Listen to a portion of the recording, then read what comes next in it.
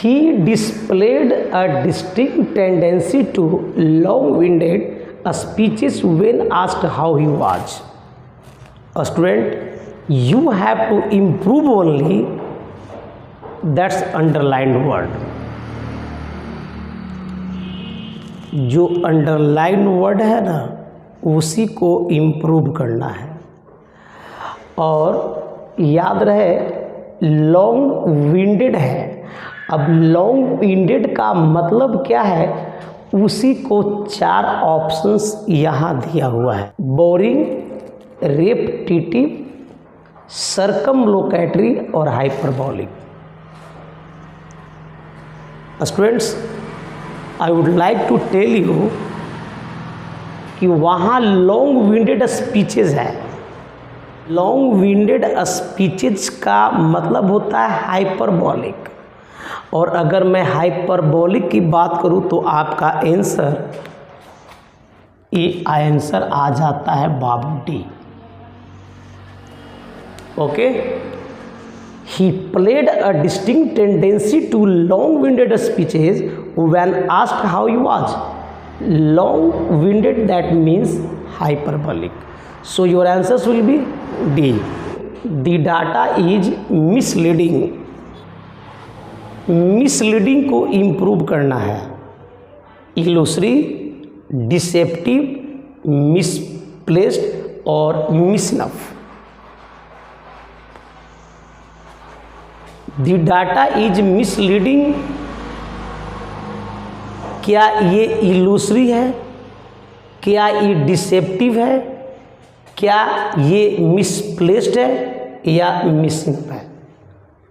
तो स्टूडेंट्स याद रखिएगा, your answers will be B, data deceptive. So your answers will be B.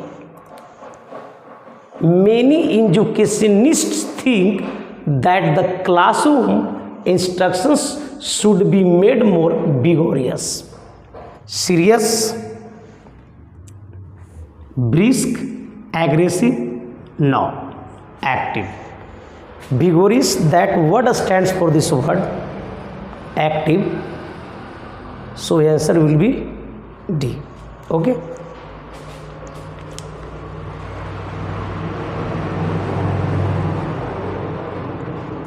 Medical science is yet to come out with. इस word का meaning कहाँ है? Treatment, drug, medicine, no, remedy. Businessman who lack acumen can't be expected to be very successful. Businessman who lack acumen can't be expected to be very successful. You are watching this word acumen. Acumen का मतलब होता है clever. Businessman who lack acumen can't be expected to be very successful. Now that note will be keenness. Sharpness not, smartness not. Cleverness. Acumen का मतलब होता है clever. तो cleverness. He talked on a passage from Hamlet. The explication was lucid. याद रखिएगा, this word stands for what? Discussions, not. Agreement, not. Descriptions, not. This word explication depends on explanation. So your answers will be B.